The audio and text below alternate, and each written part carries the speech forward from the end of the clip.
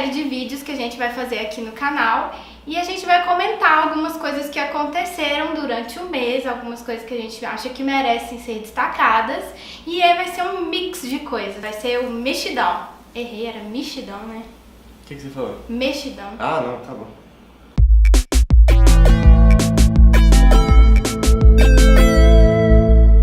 A gente vai começar falando do Oscar que rolou no comecinho do mês. Entra a vinheta! Um dos grandes destaques foi o filme chileno, que ganhou o melhor filme estrangeiro.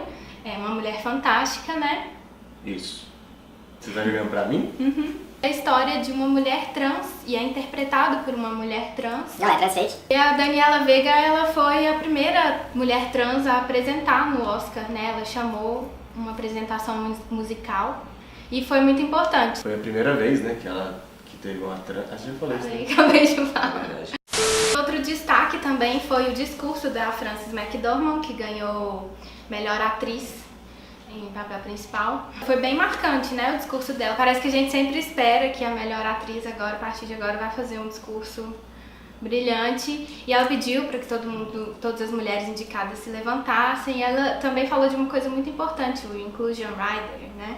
Fez o pessoal dar uma bugada depois pra saber o que é. Jogou luz ali naquele assunto que talvez muita gente não conhecesse ainda. Look around, ladies and gentlemen, because we all have stories to tell and projects we need finance. Don't talk to us about it at the parties tonight. Invite us into your office in a couple days, or you can come to ours, whichever suits you best, and we'll tell you all about them.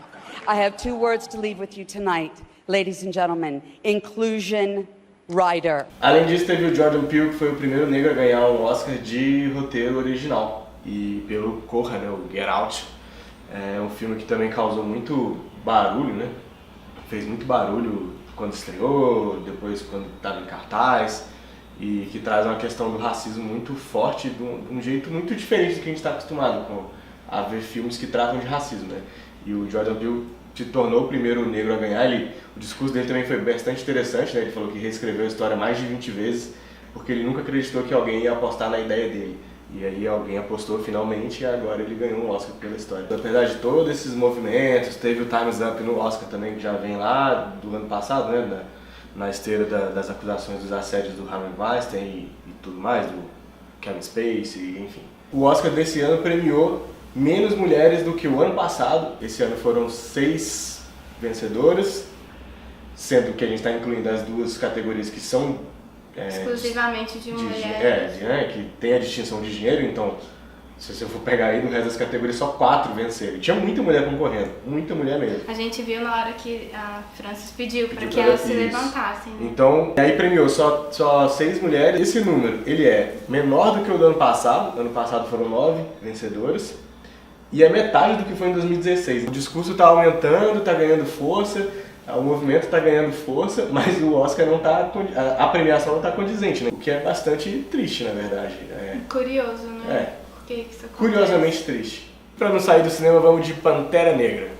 Tchadam! Pantera Negra, ele ultrapassou os Vingadores de filme de super-herói mais rentável nos Estados Unidos. Chegou a 1,2 bilhões de dólares. Já bateu os 1,2, né? Ele agora já é o 5º filme mais rentável da história dos Estados Unidos, né? Domesticamente, né? Só lá dentro. Só perde para Titanic, Jurassic World, Avatar e o Star Wars, que é o grande recordista doméstico nos Estados Unidos. Star Wars Despertar da Força. Will no longer watch from the shadows. The Black Panther lives. Let's go! Don't freeze. I never freeze. A gente fez um vídeo, um dos primeiros vídeos aqui. Foi com o Roger Def, nosso amigo. Ele é meu amigo? É seu amigo. No Facebook. Depois vocês assistam, que ficou bem legal. No Facebook tava comentando esses dias que apesar do sucesso, né, do Pantera Negra, tem uma coisa curiosa. Ele não consegue encontrar brinquedos do Pantera Negra por aí. Aqui em Belo Horizonte, pelo menos, né?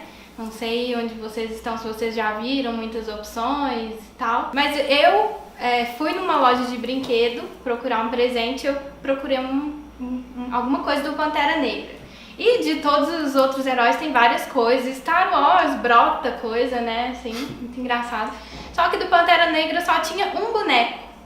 E eu fiquei meio espantada com isso. A atendente da loja falou que tinha uma garra, né? Tem, mas acabou. Pantera, né? Tem, mas acabou. E eu fiquei meio...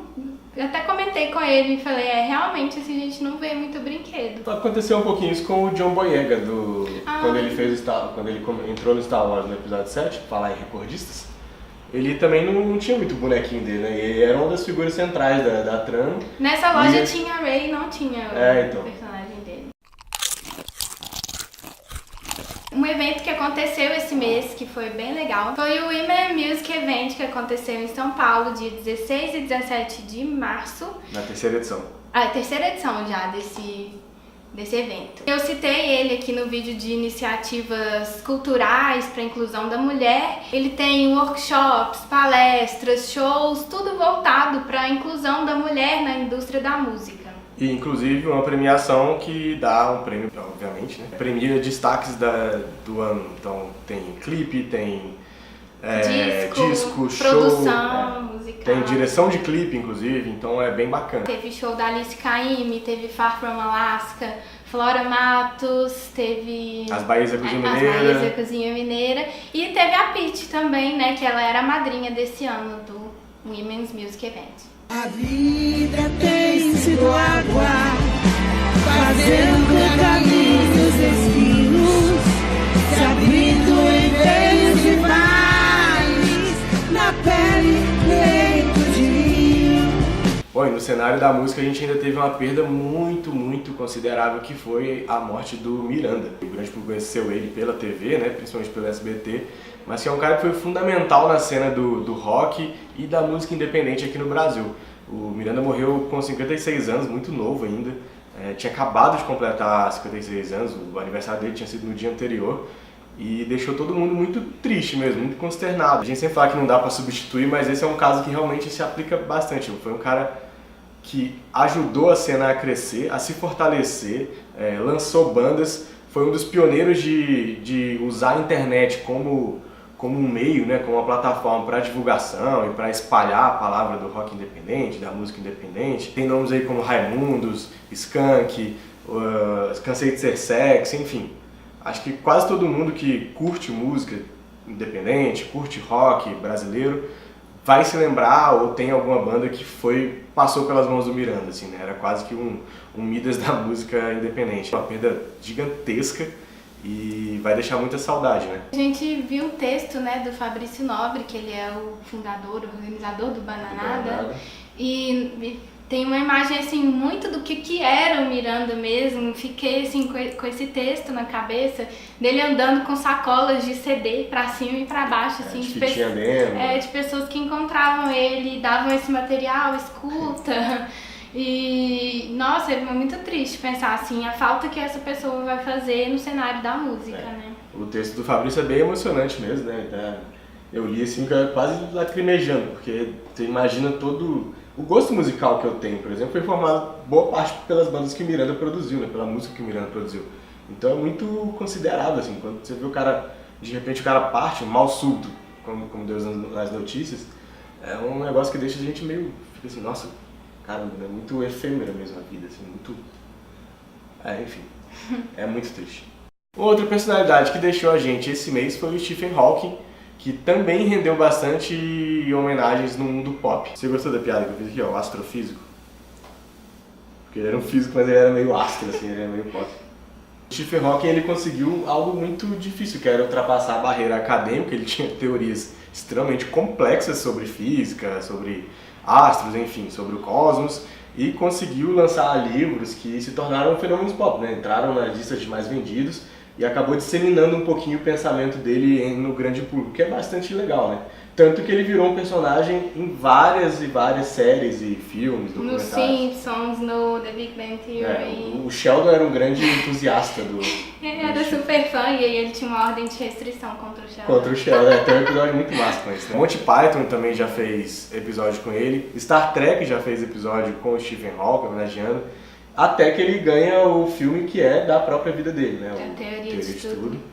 Dirigido pelo James Marshall, lançado em 2014 e que rendeu o Oscar ao Garoto Dinamarquesa. Ed Redmayne. Stephen Hawking era portador da ELA, né, esclerose lateral amiotrófica. Era uma doença que supostamente ia vitimar ele muito jovem e ele foi resistindo, até a hora que ele se foi, deixou um legado absurdamente importante para a história da ciência e também aí nesse mundo pop, pra né, cultura pop. Né? Passando agora para as estreias de série desse mês. Foi lançada a segunda temporada de Jessica Jones. Depois de 2 anos, né? Muita espera. Meu Deus, que dizer. Foi lançado no dia 8 de março, de novo, né? A primeira temporada também foi dia 8 de março, eu não lembro. Não lembro. Toda essa pegada do empoderamento e tudo mais. A Jessica voltou bebendo mais, batendo mais nas pessoas e mais chata também, né? Nossa, essa temporada tá bem arrastada, assim, a gente não tá nem conseguindo terminar de ver, assim, nada acontece, feijoada. Quando eu descobri que eram 3 episódios, eu fiquei até meio chocado. Até o 6º, meio que as coisas ainda não desenrolaram, não aconteceram. E essa ideia de ficar maratonando, às vezes não pega, né? Tá menos Jessica Jones primeira temporada e mais Punho de Ferro essa temporada, porque tá muito arrastada. Pra mim tem 2 destaques. A Patsy, que parece que vai encarnar a Hellcat mesmo. Ela tá mais protagonista, né? Assim, mais vida louca também. Tá ganhando mais destaque, né? Tá crescendo a personagem, pegando em armas. Ela é uma cidadã de bem e aí ela vai combater o crime. E o Malcolm, né? Malcolm Ducasse, o ex-junkie. E eu tinha ouvido rumores de que a segunda temporada não era tão boa quanto a primeira, eu falei segunda? Uhum. Mas eu não quis acreditar, eu fiquei, não, isso aí é expectativas erradas, não sei o quê. Tô bem decepcionada, sinceramente, esperava mais. Mesmo. Essa temporada, ela tem um vilão, assim, que não é palpável pra gente, que é a IG-8. Né? Fica meio abstrato. A Jessica Jones tá indo atrás, junto com a Patsy, do passado dela. De como que ela adquiriu esses que poderes. Que ficou na primeira temporada, sim, né? que ficou meio sem explicação. Então é um vilão, assim, que não é palpável pra gente, né? Então a gente já dificulta um pouco a trama da série. Tá no 6º episódio e até agora não teve algo contundente assim que aconteceu, né? Everyone has secrets. If not their own, then someone else's. As personagens da Jessica Jones não são muito... Não tem ninguém que se destaca muito, assim, né? Aí, junto com esse roteiro, que é... A gente sentiu que o roteiro tá mais fraco, né? Tá mais fraquinho, então fica difícil de engolir a série, né? Eu acho que a falta de um foco também, porque tem várias coisas acontecendo, mas são coisas meio fracas. Tá um outro detetive que tenta contratá-la e não consegue, e aí isso é uma subtrama, né? Tem ainda o relacionamento amoroso da Patsy também, que, meu Deus do céu, o que é aquilo? Tem a subtrama também da advogada, né? Da Jerry, que também não tem força, então fica dividindo isso. Fica espalhando a atenção e nada é muito bom, né? Aí você fica só um monte de coisinha acontecendo que dá irritação, na verdade. Eu sou uma pessoa que eu durmo enquanto assisto as coisas, principalmente se as coisas não estão me chamando a atenção. Tenho que confessar que eu durmo. E assim, eu não consigo assistir essa temporada, eu fico dormindo. Uma outra estreia muito aguardada foi O Mecanismo, a nova série do José Padilha, que já dirigiu Narcos na Netflix, e agora entregou a segunda série original brasileira da Netflix. A outra é aquela tranqueira que é 3%, e aí parece que temos uma outra tranqueira, na verdade. Interrompemos nossa programação para transmitir o horário eleitoral gratuito. Peraí, gratuito? Que vespeiro, né, que ele foi mexer. No começo eu pensei assim, nossa, foi até corajoso, né, assim, mexer nisso, nesse assunto que no Brasil tá tão acirrado, né? Polarizado, como as pessoas gostam de falar, e é como se fosse torcida de futebol mesmo no Brasil. Infelizmente é a situação que a gente está vivendo. Só que assistindo, depois parando para pensar, eu acho que ele foi meio que esperto, né? Porque a coisa desandou e como chama isso? Tipo, desenvolveu a um ponto de o marketing tá feito sozinho. Sim, e o bom e velho fale mal, fale bem, fale de mim, né? ele de fato conseguiu o que queria. O Mecanismo está em alta aí, tá todo mundo falando sobre ela, inclusive a gente aqui. Obviamente o Padilha se resguarda no fato de ser uma obra de ficção baseada em fatos reais. Que tem até um avisinho, né? Na frente Assim de como todos tinha no eles. Narcos, né, também. E ele deixa claro também que os fatos que ele pega, ele usou ao bel prazer dele. Ele modificou para fazer sentido na narrativa.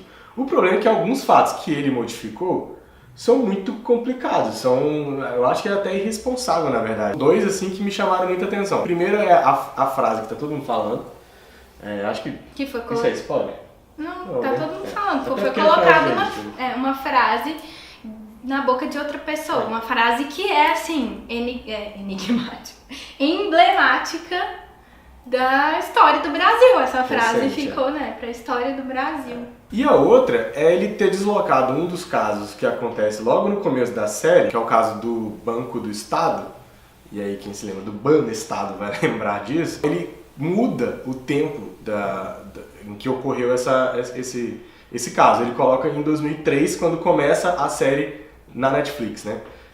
O tempo da série na Netflix. Só que esse caso aconteceu anos antes de 2003, ele aconteceu ainda no governo anterior.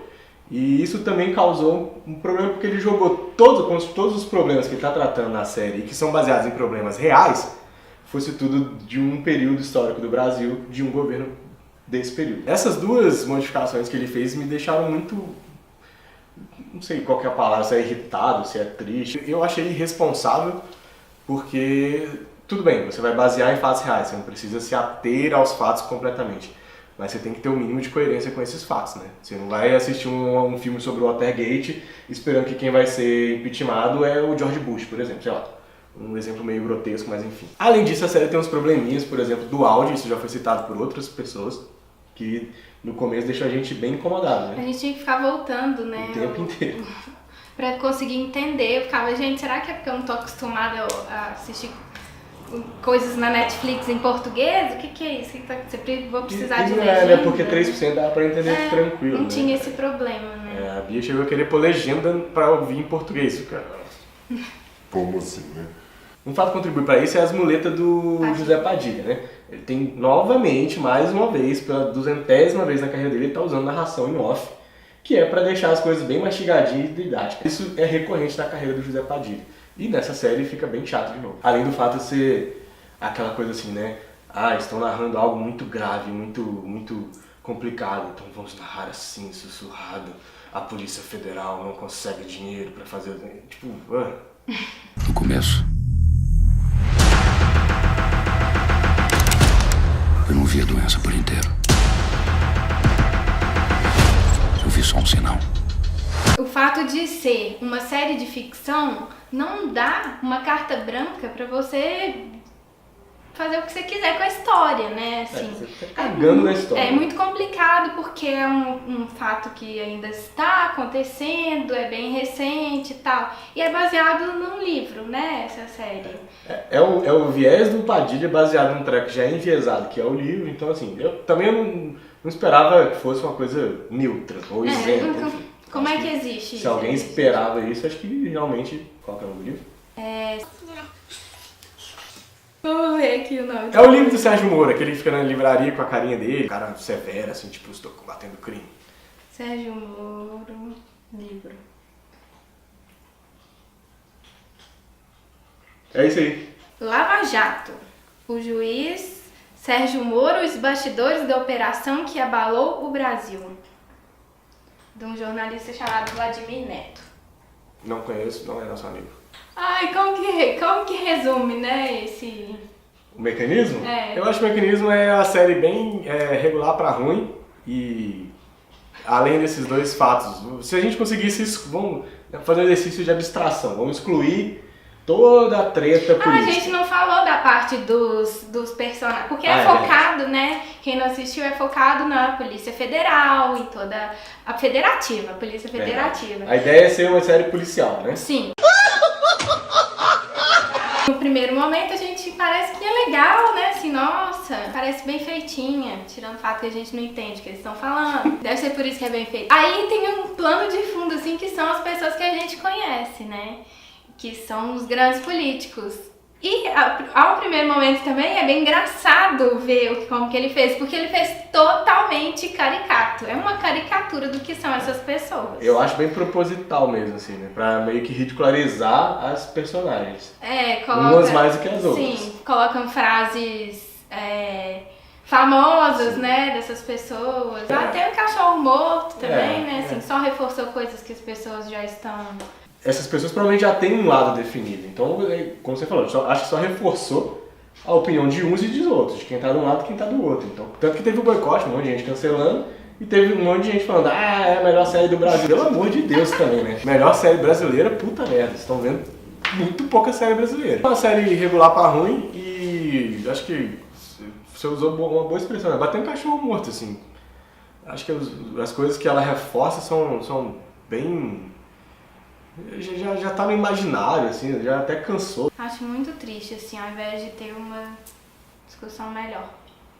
Enquanto a gente fica discutindo o mecanismo, o Jucá foi arquivado, o processo dele. A merenda tá dando treta de novo, de desvio de merenda. Tá tendo intervenção militar. Intervenção militar. Até agora não disse que veio, só mesmo porque todo mundo já imaginava que fosse ser, né? Aquela coisa preconceituosa, racista. O Lula lá, a caravana dele tomou 4 tiros, o ônibus cheio de jornalistas dentro do ônibus, o Lula tava lá dentro. A gente tomando pedrada, né? A gente tomando pedrada, enfim. É assim que nós estamos. Não assistam o mecanismo. A gente assistiu pra vocês não terem que assistir. Não queremos terminar, né, esse primeiro mexidão, num clima horroroso, que é esse clima de luto. Sim. Vamos falar de coisa boa, né? Vamos falar de coisa boa. Pode começar a ligar antes que as linhas congestionem. Eu tenho 2 destaques rapidinhos pra gente encerrar o mexidão e depois tem um outro destaque maior que é bem mais legal. O primeiro é esse livro aqui, Androides Sonham com Ovelhas Elétricas, do Philip K. Dick, que é um dos grandes nomes da ficção científica. E a Aleph fez essa edição bacanuda aqui, acho que quem acompanha o Instagram já viu as fotinhas que eu coloquei lá. Com fortuna crítica, tem um prefácio maravilhoso sobre a história do Philip, que era um cara, uma figura assim. Imagino como que era ser amigo ou conhecer o Philip, porque ele devia ser um cara muito excêntrico, parecia ser um cara muito excêntrico e tudo mais. E tem uma fortuna crítica no final, explicando, falando sobre os desdobramentos do Android e tudo mais. O livro inspirou o filme Blade Runner, tanto o primeiro quanto o segundo. E várias outras obras de ficção científica e outras obras do Philip também são como se fosse a semente da ficção científica de hoje em dia. Outro destaque é uma banda muito legal que eu descobri esse mês, ganhou destaque na Pitchfork, que é um site super chato com música, pra quem acompanha sabe do que eu tô falando. É Soccer Mommy, uma banda americana, lançou um disco este ano e é bacanudo demais o disco. É um rockzinho indie assim, meio lo-fi, bom pra lavar uma louça, fazer um amorzinho, enfim. Você vai encontrar isso na Rádio Mexido, que é uma novidade que a gente tem. A partir de amanhã.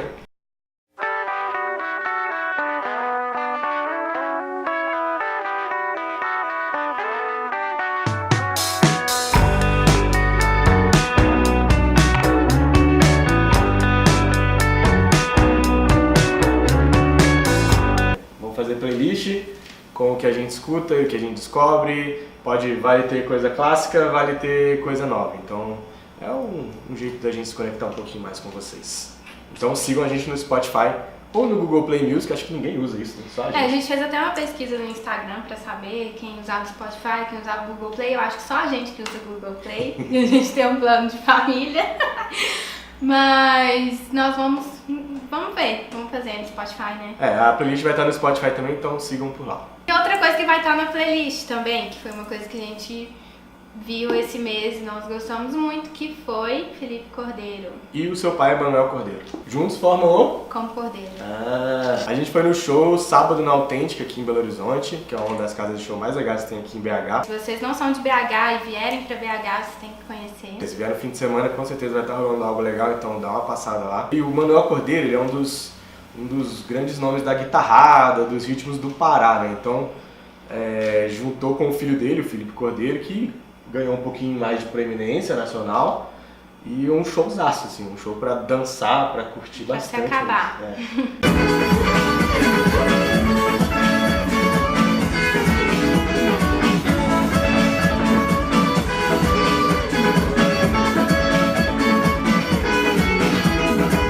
espero que vocês tenham gostado. Obrigado pra quem ficou até o final. Esse foi o resumo do nosso mês, o que mais...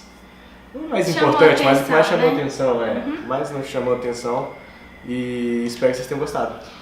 Se vocês querem saber um pouquinho mais do que a gente está arrumando, siga a gente nas redes sociais. A gente tem Instagram, Facebook e Twitter. Se você gosta do que a gente está fazendo por aqui no Mexido, se inscreva no canal e compartilhe o vídeo para chegar a mais pessoas. Até o próximo vídeo. Tchau!